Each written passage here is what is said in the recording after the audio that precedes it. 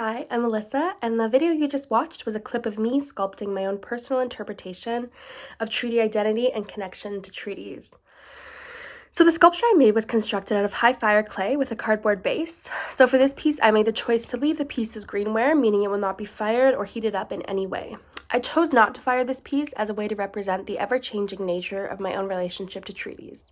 When clay is fired, the form it is fired in cannot be changed, and so the piece is permanently stuck in one position. On the other hand, greenware can be removed and added to as long as it remains semi-damp. By making this piece suitable for adaptations, I've intentionally placed emphasis on the continuously evolving nature of how treaties are perceived and acted upon in my own life. So with that, I will move on to the meaning behind the imagery within this piece. So first of all, I'd like to touch on the circular shape of the piece. I intentionally made this piece in that shape as a way to represent the cycles that we go through and how all of these cycles are interconnected. This idea was touched on in one of the readings by the Office of the Treaty Commissioner, who described how the life force of all existence moves in a clockwise, circular manner, representing wholeness and continuity. The Earth and planets, the cycle of the 4 seasons, and the life cycle of all living forms all move in a circular motion. Additionally, by making this piece circular, the eye is drawn to the center of the piece, which is a large tree that provides shade to the people sitting below it. The tree represents the independence of each individual to take responsibility for their own calls to treaties, as well as the interconnectedness of the world around us, and how we must learn and grow together in order to see beautiful results. If only one leaf on the tree was succeeding, we would assume that the tree was dead. But if all of the leaves were green and luscious, we would perceive the tree as thriving.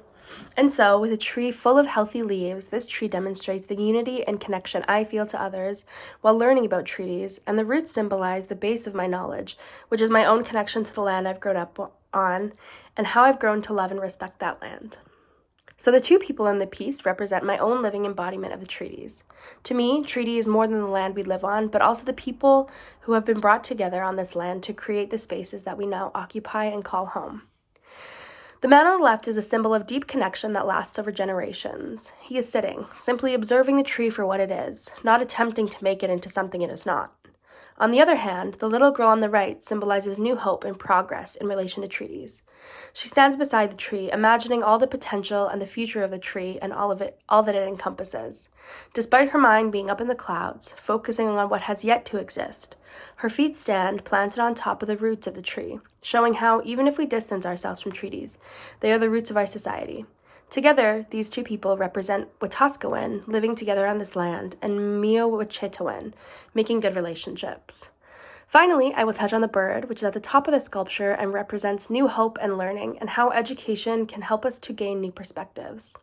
So that is all for my video. I thank you very much for watching, and I really hope you enjoyed.